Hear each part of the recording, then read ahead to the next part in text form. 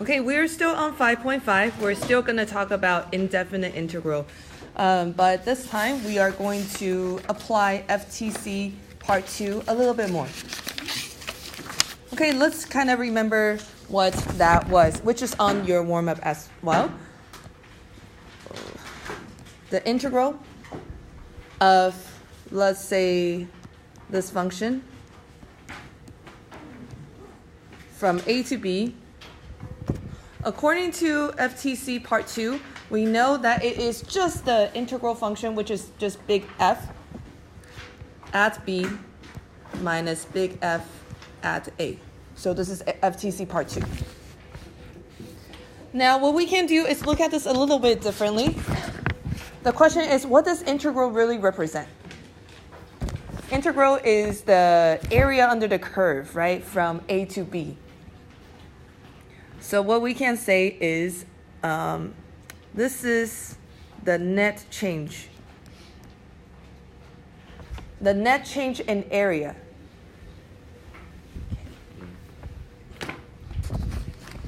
The net change in area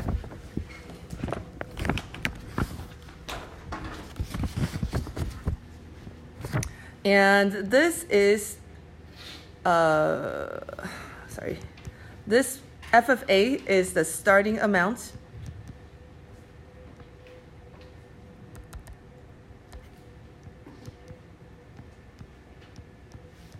so how much you started with, and then f of b is the end amount.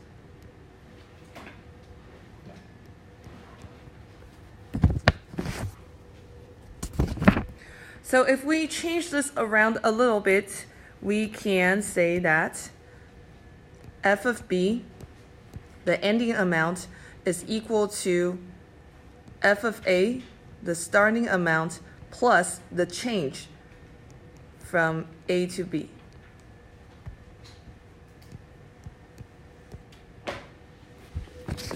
Okay, f of b is what you end up with, f of a is what you started with, and that integral always means the change from blah, blah, blah to blah, blah, blah, which was on your test, right? So the question was, what was the change in distance or change in velocity? I don't remember which one. Oh, it was a change in distance of the rocket, I think, from 0 to 80 seconds. So that is what integral means. It is the amount, net change from a to b of whatever that function is. All right, so let's look at a word problem. So it's kind of just figuring out what it means. If v prime of t represents the rate at which water flows into the reservoir at time t. Okay, so v prime of t means how much water over how much time elapsed, because it's a rate. So it's going to be something over something. So it's how much water over how much time. V of t is the volume of water in the reservoir at time t. Okay, V of t is just the volume. V prime of t is the rate of change of the volume over the rate of change of time. Okay, what does this represent?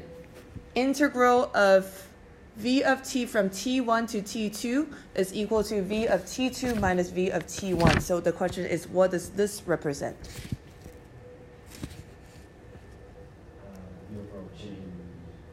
The overall change of what?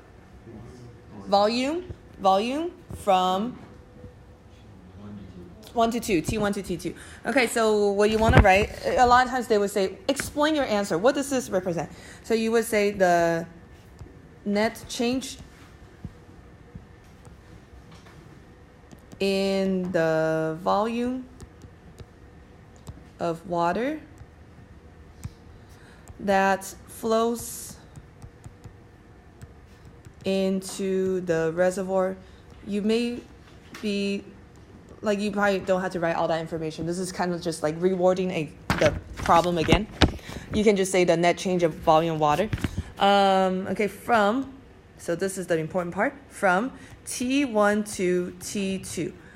So the important part that you need to make sure you have is the net change in volume from T1 to T2.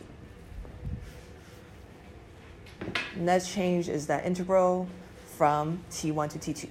And you got to tell them what, right? This is the volume of water. All right, let's try another one. It's kind of different applications. If the mass of a rod measured from the left end of point X is m of X, then the linear density is, this is rho, not P, rho of X, which is equal to m prime of X. What does this represent? Okay, so what are they talking about? You have this rod. The rod has some kind of mass. This mass is not uniform, so it's changing density. Density, remember, is mass over volume.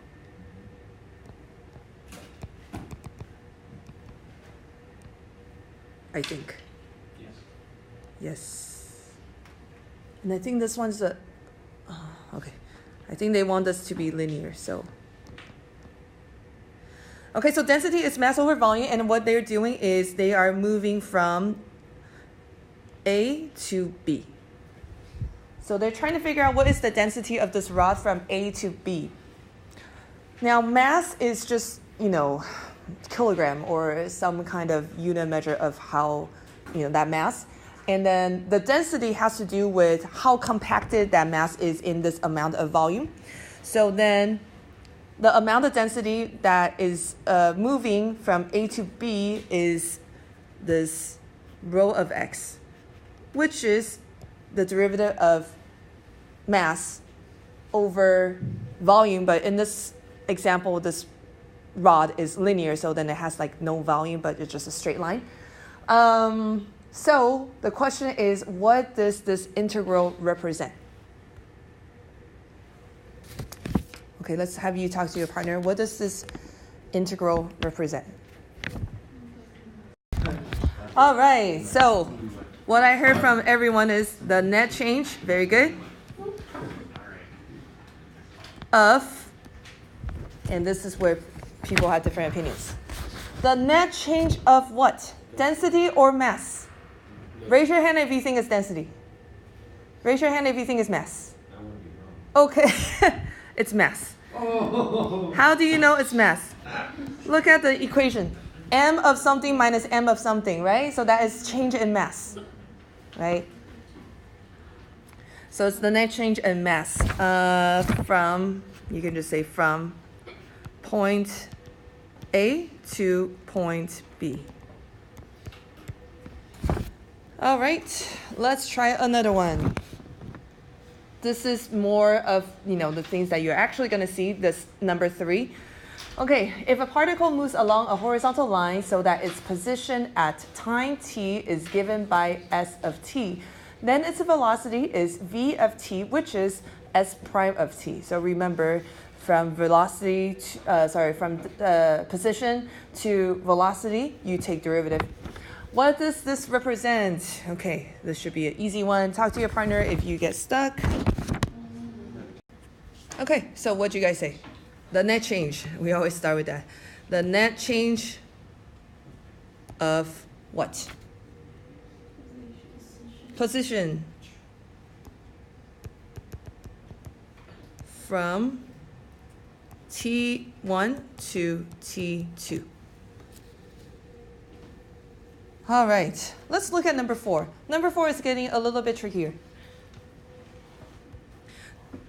Given the following graph, how do you find the total distance traveled between time interval T1 to T2? Okay, I highlighted or I underlined total distance because this is a trick question. Total distance. What is the total distance? Okay, talk to your partner. Total distance of this graph. Total distance. Total distance. Distance. The key word is in distance.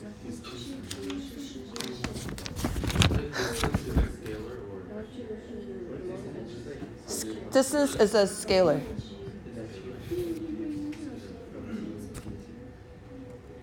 All right. First of all, which part represents, I guess, no. Which part represents position? So the graph itself is v of t, and then you have this axis, x-axis that is t. So then which part represents, I guess, distance or position? The area, right? The area itself is the distance or position. The question is total distance between T1 to T2. The question is it A1 minus A2 plus A3 or A1 plus A2 plus A3? That is the biggest question. And you might not even know that second option was even available. Okay, so if you did not talk about that, please talk to your partner right now. Is it 1 or 2? All right, let's vote. How many people think it's number 1? How many people think it's number 2? It is number 2. Okay, let's talk about the definitions. Distance,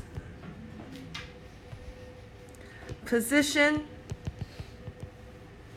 and displacement. So they usually use these 3 words. Okay, so let's talk about this. Let's say that you go out of our school. You drive down Beach Boulevard until you reach Ch.5.5. And then you bought a burger and you came back. Question is, what is your change in displacement? 0. You went that way and you came back. You didn't move. What is your distance traveled? 2 times 2x. 2x. Okay, 2 times the distance from here to Ch.5.5, right? Right. So then, so that is the difference between distance and position displacement. Position displacement is a vector, so then it has a direction and angle, but basically it's a negative actually happens in position and displacement. Distance is just all positive. It's just how much you travel. Like, the odometer on your car, it will keep going up. Like it won't get negative when you back up. That would be nice. You can keep going back and forth from positive to negative. No, if you keep going, no matter which direction, it will keep increasing. That's called distance. Position, displacement, go forward, backward would be negative, forward would be positive. Okay? Yes? So is A2 positive? A2, yeah, great question. A2, is it positive or negative? Well, it is, if you want the distance, you would look at the absolute value of it, but that area itself, it's negative because it's below the axis. Minus A2 then, because it's negative. Yes, but then remember, let's say that, this is kind of like how you drove, right? You went this way for 10 feet, 10 miles, and then you went backwards for -5, and then you went forward for 3, right? What is the total distance traveled?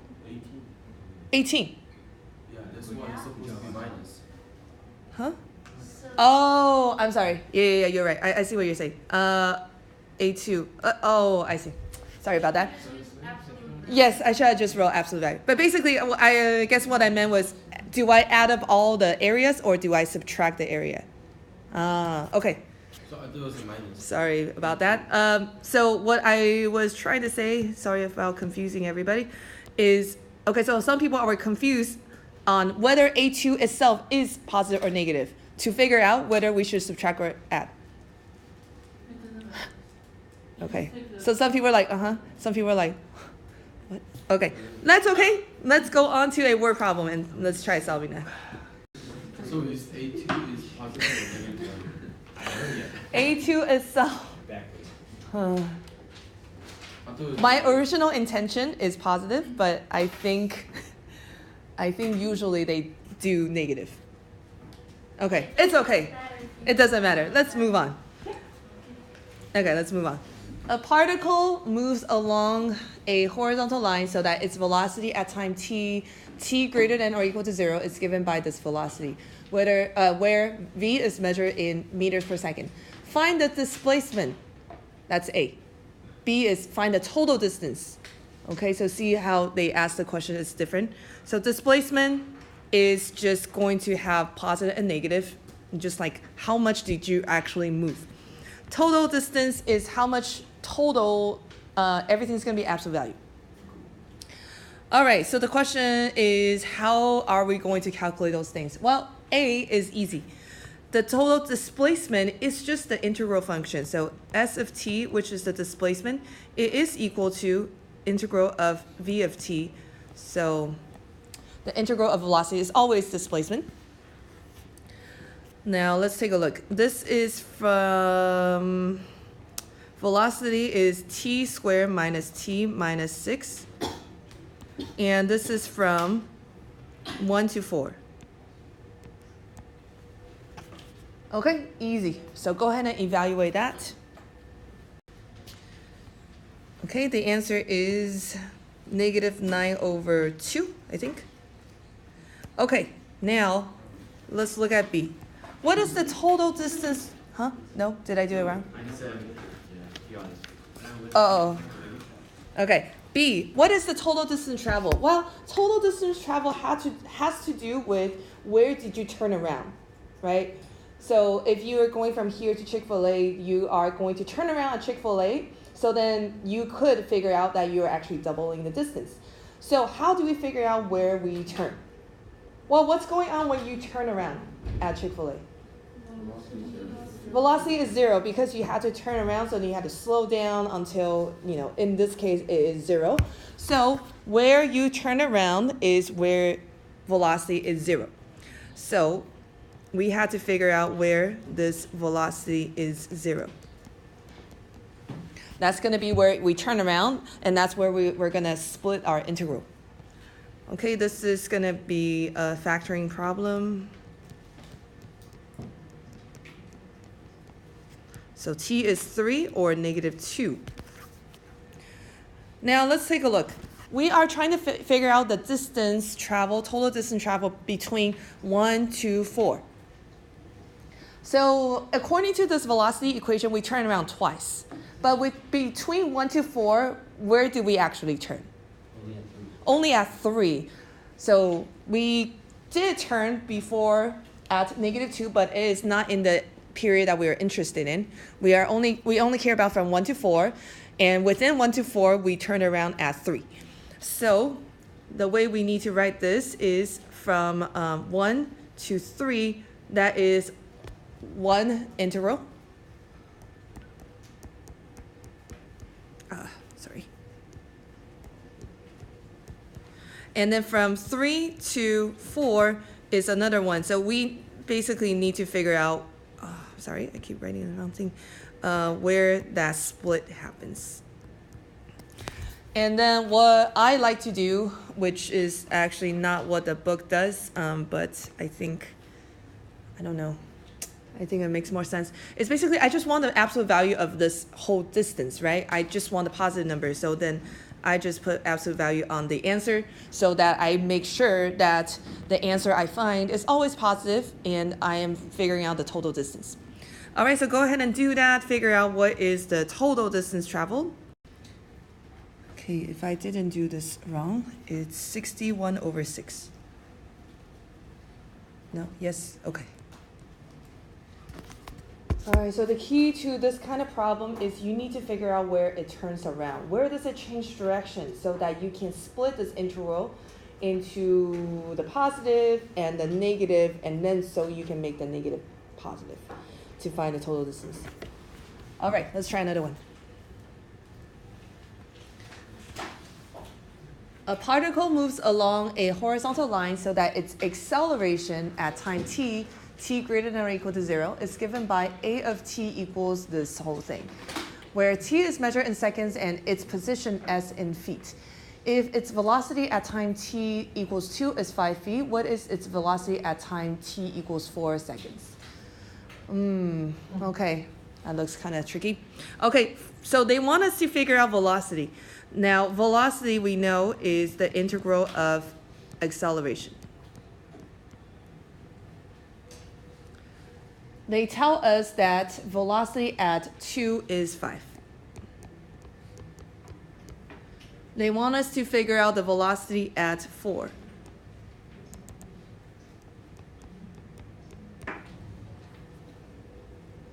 Now we could take integral of that acceleration function but we don't know the plus c, so we can't figure out what the actual velocity is. We could try to figure out 5 and then kind of go back and find 4, which is probably what you would do, except I'm going to tell you a faster way. We can use FTC part 2, right? FTC part 2 says integral of a of t from 2 to 4 is equal to the integral function, which is v. So it's equal to v of 4 minus v of 2. So we don't have to find c this way if you do it this way. Of course, you don't have to. It is faster. Okay, so now let's take a look at this question. This is from 2 to 4 of acceleration. Acceleration is t times square root of t to the 4th plus t dt, which is equal to v of 4, which we don't know. V of 2 is 5. So this one you do have to use your calculator to figure out the number. So sometimes they would give you this kind of question where it's impossible to take integral of, except through FTC part 2, so that you would use your calculator and then backwards figure out v of 4. So try it.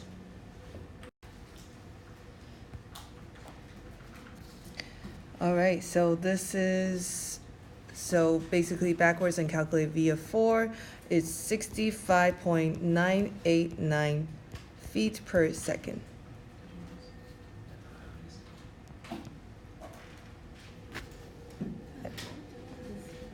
Oh yeah. All right, let's do one last problem.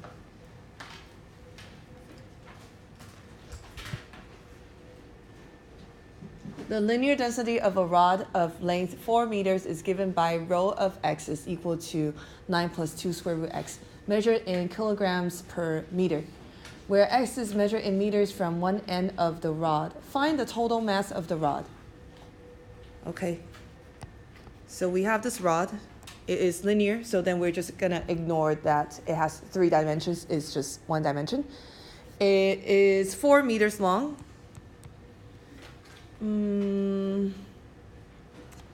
We want to figure out the total mass. We know the density is 9 plus 2 square root x. So to find the mass, we have to take integral.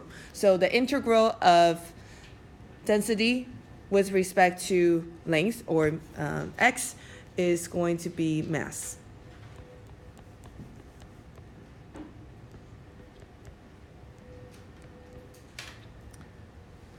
Well, we want to find the total mass of the rod, so what should we do? We should integrate from where to where? 0 to 4.